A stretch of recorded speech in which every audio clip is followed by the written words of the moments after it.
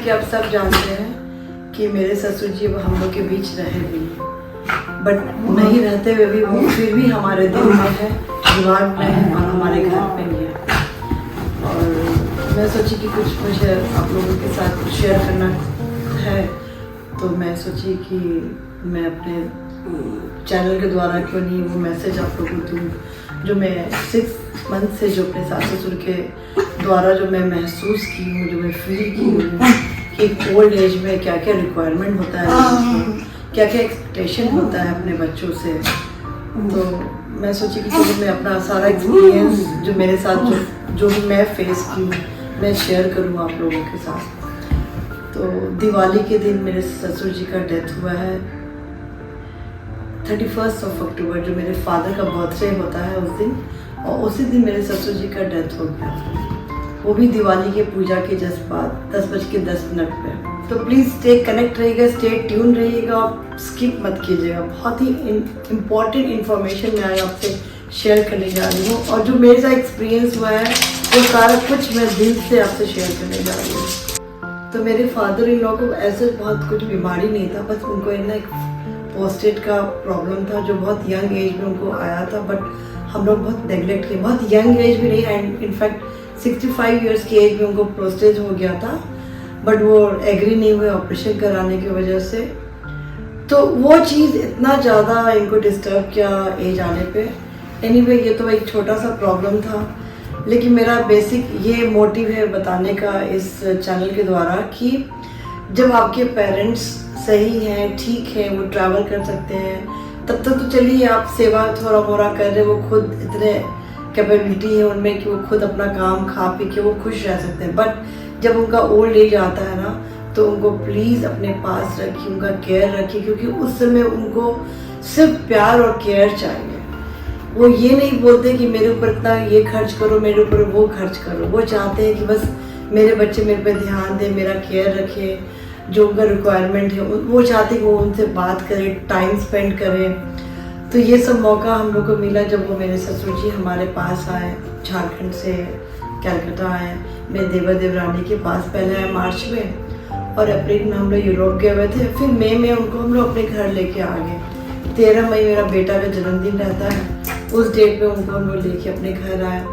13 मई से उनको 31 अक्टूबर तक वो हमारे पास थे, और मैं बहुत भगवान का थैंक्स करती हूँ कि ये सौभाग्य मेरे को मिला और राज को मिला कि उनका हम लोग सेवा कर सके। जितना हो सका है हम लोग उनके लिए खड़े रहें, मतलब जैसा भी हो। आप समझ सकते हैं कि मैं रात दिन एक कर दिए थे हम लोग कि उनका सब कुछ बेस्ट टू बेस्ट हो, चाहे मेडिकल हो, ट्रीटमेंट होगा, योगा होगा, एक्सरसाइज होगा, फिजियोथेरेपीज हो, हनुमान चालीसा हो, जितना हो सकता था मैं उनको बिजी रखती थी, इंगेज रखती थी कि वो स्वस्थ रहे, खुश रहे। उनसे बातचीत करना, पुराना बात में डिस्कस करती थी।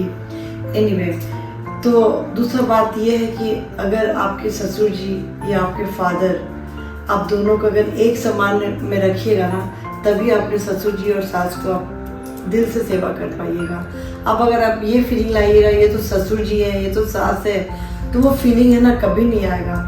मैं अपनी लाइफ में कभी नहीं सोची थी कि मैं कभी भी किसी का इतना सेवा कर सकती हूँ। मेरे को लगा था कि मेरे में शायद ये क्वालिटी होगा ही नहीं, बट मेरे को उनकी डेथ के बाद समझ में आया कि ये क्वालिटी मेरे में है कि मैं कर सकी, और मैं सच में अपने आप में खड़े उतरी, और मेरे को ज़रा सा भी गिल्ट नहीं है अपने अंदर में कि अपने मैं सास ससुर के कुछ की नहीं।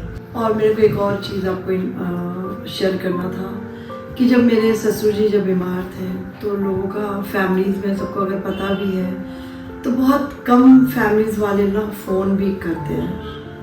उन लोगों को लगता है कि चलो अब बड़े बुजुर्ग हो गए हैं तो फ़ोन, मतलब लाइक बेसिकली मेरा ये कहने का मतलब है कि जो मेरे फादर इन लॉ के जो फैमिलीज़ वाले लोग जो थे, जो चाहते तो वो फ़ोन कर सकते थे, हाल चाल लेते हैं। कुछ फैमिलीज़ वाले लोग तो केयर भी नहीं किए कि फ़ोन करना चाहिए। मेरा एक जस्ट जनरल एक इन्फॉर्मेशन है ये कि अगर कोई बीमार है ना, तो आप प्लीज़ उनको फ़ोन कीजिए, उनके पास जाइए। एक दिन के लिए भी आप टाइम निकालिए पूरे अपने बिजी शेड्यूल से कि आप बड़े बुजुर्ग, अगर आपके ताऊ जी हैं, वो मामा है, चाचा है, काका है, जो भी है, जो रिलेशन में आते हैं वो आपके, आप उनके पास जाइए, एक दिन का टाइम स्पेंड कीजिए। आप उनके डेथ के बाद अगर आ रहे हैं तो वो देख भी नहीं पा रहे हैं, उनको पता भी नहीं कि आप उनके डेथ के बाद आप आए हैं। वो काउंट नहीं करता है, वो काउंट तब करता है अगर आप पहले आ जाते हैं। ऐसे बहुत सारे फैमिली मेम्बर्स होते हैं फैमिलीज में, सबकी फैमिलीज में, मेरे हो या आपकी हो, सबके दुनिया जान के जितनी भी फैमिलीज हैं, सारे फैमिली मेम्बर्स तभी आते हैं, रोते हैं जब उनका डेथ हो जाता है। मैं सीरियसली मैं रिक्वेस्ट करूँगी, अगर आप सुनिए कि आपके कोई भी रिलेशन में कोई भी बीमार पड़ा हुआ है तो एक बार टाइम निकाल के आप उनके पास जाइए। नहीं जा पाइएगा तो एटलीस्ट वीडियो कॉल कीजिए आप उनसे। इतना आजकल फैसिलिटीज़ है हर चीज़ का कि आप कम्युनिकेट कर सकते हैं, चाहे वो फ़ोन के या वीडियो कॉल के द्वारा टाइम स्पेंड कर सकते हैं आप किसी भी तरह। लेकिन हम लोग इम्पोर्टेंस नहीं दे पाते हैं। इम्पोर्टेंस तब पता चलता है जब उनका डेथ हो गया, तब आप रो रहे हैं, तब आप आ रहे हैं, पैसा भी स्पेंड कर रहे हैं, टाइम भी स्पेंड कर रहे हैं, बट रिजल्ट क्या है? ज़ीरो। आप मिल नहीं पाए। मेरे से भी ये गलती हुआ है एक बार, जब मैं 5-6 साल पहले मेरी जब बुआ का डेथ हुआ, तो मैं डेथ के 10 दिन पहले से मैं रोज़ सोचती थी कि मेरे को बुआ को फ़ोन करना है, एक बार हालचाल लेना है। और सडनली मेरे पास न्यूज़ आया कि बुआ का डेथ हो गया। मैं इतना रोई, मुझे इतना गिल्टी फील हुआ। मैं उसी समय डिसाइड कर ली कि आज मेरे जो भी फैमिली मेम्बर्स हैं, जो भी मेरे बड़े बुजुर्ग के बुआ हो, फूफा हो, मेरे मामा मामी हो, जो भी हो, जो बीमार है, नहीं भी बीमार है, तो मैं महीना में एक बार ज़रूर मेक श्योर कि उनको मैं फ़ोन करती हूँ, उनका हालचाल लेती हूँ। बस इतना सभी मिल जाता है तो बहुत खुशी मिलता है। और उसके बाद जब मेरे ससुर जी बहुत बार एडमिट हो जाते थे हॉस्पिटल में, बट वो रहना नहीं चाहते थे। तो मेरे ससुर जी की हम लोग सोचे कि वो रहना नहीं चाहते हॉस्पिटल में, तो हम लोग घर को ही पूरा प्रॉपर उनका एक बेडरूम का ना हॉस्पिटल का सेटअप कर दिए थे, आईसीयू का। हम लोग को ये लगा कि अगर मेरे ससुर जी का इच्छा नहीं हो रहा उनको हॉस्पिटल में रहने का, तो क्यों नहीं हम लोग हॉस्पिटल का सेटअप ही घर पे कर रहे, सो दैट कि हम फैमिली मेम्बर्स के बीच में वो रहेंगे। इस दौरान उनका काफ़ी केयर और सेवा हो रहा था। और मेरी जो मदर इन लॉ है वो तो 100% डेडिकेटेड थी बाबूजी के ऊपर। आई रियली विश कि वो हिम्मत और शक्ति माँ वाला हम सब में रहे। बहुत रेयर होंगी वैसी माँ जो इतना आप बता नहीं सकते हो। 24 घंटे से मतलब लग रहा था कि वो 24/7 मेरे बाबूजी के ऊपर मेरी सास का प्रॉपर केयर था।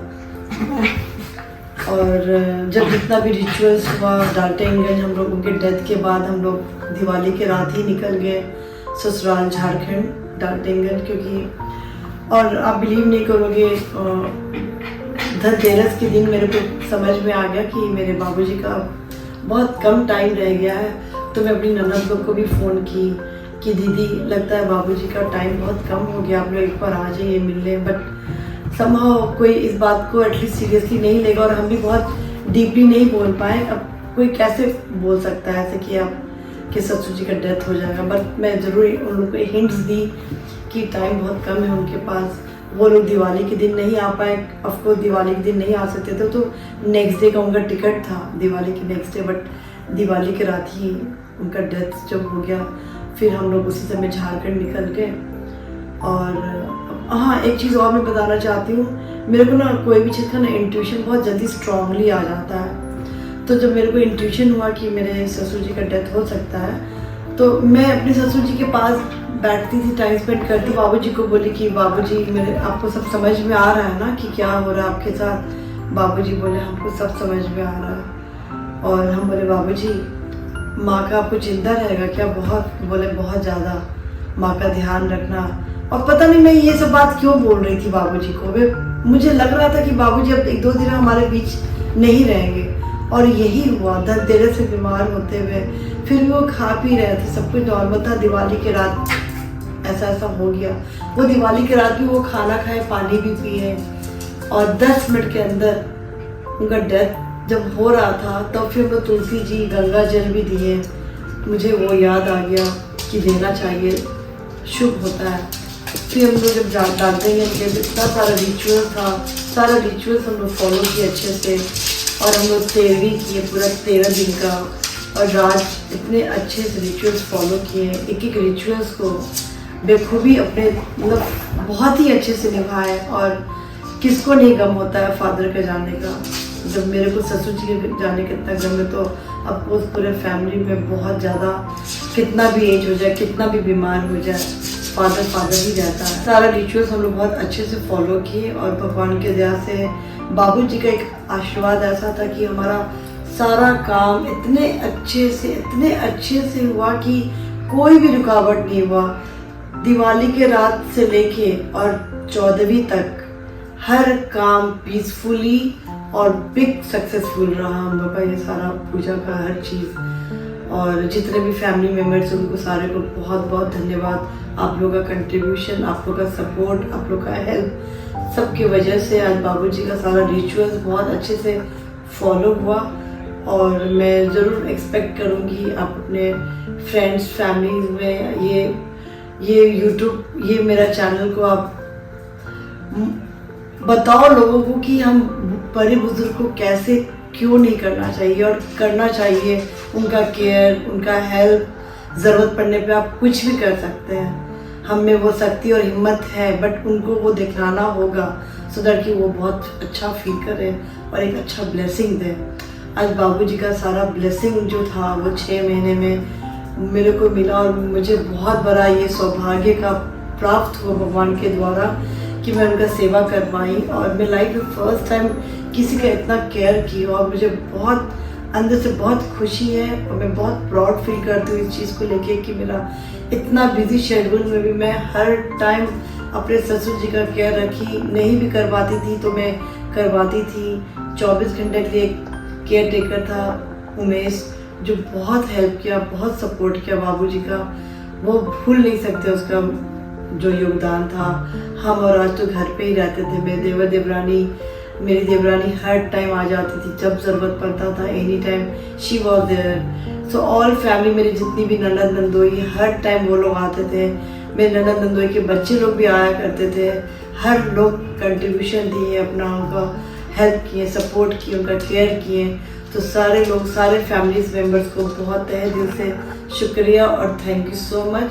और आज बाबूजी का आत्मा हम लोग सभी को देख के बहुत आशीर्वाद दे रहे होंगे और बहुत खुश होंगे कि मेरे सारे परिवार वाले एकजुट होके सारा रिचुअल्स फॉलो किए हैं और हर तरीके से अच्छे से उनका काम हुआ है। Thank you so much for watching this blog. Thank you so much.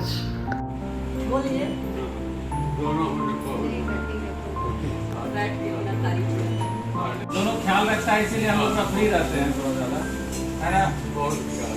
और डांटा कीजिए बा कभी कभी लोग को, जो नहीं लोग नहीं डांटते हैं, इसीलिए थोड़ा सा लोग इधर डांटते हैं। हाँ, जैसे पहले डांटते थे वैसे डांटा कीजिए। प्यार वाला पापा, एकदम बोला कीजिए जो चीज़ आपको जरूरत है आगे की।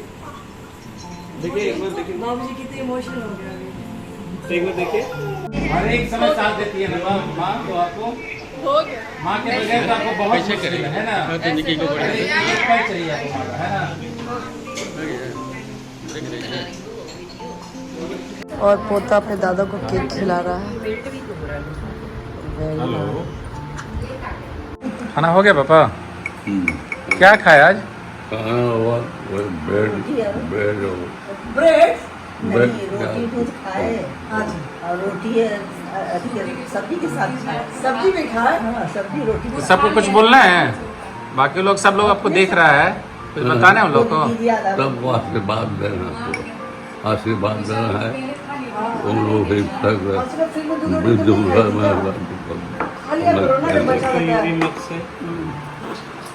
दवा आ गया, पापा दवा खाएंगे।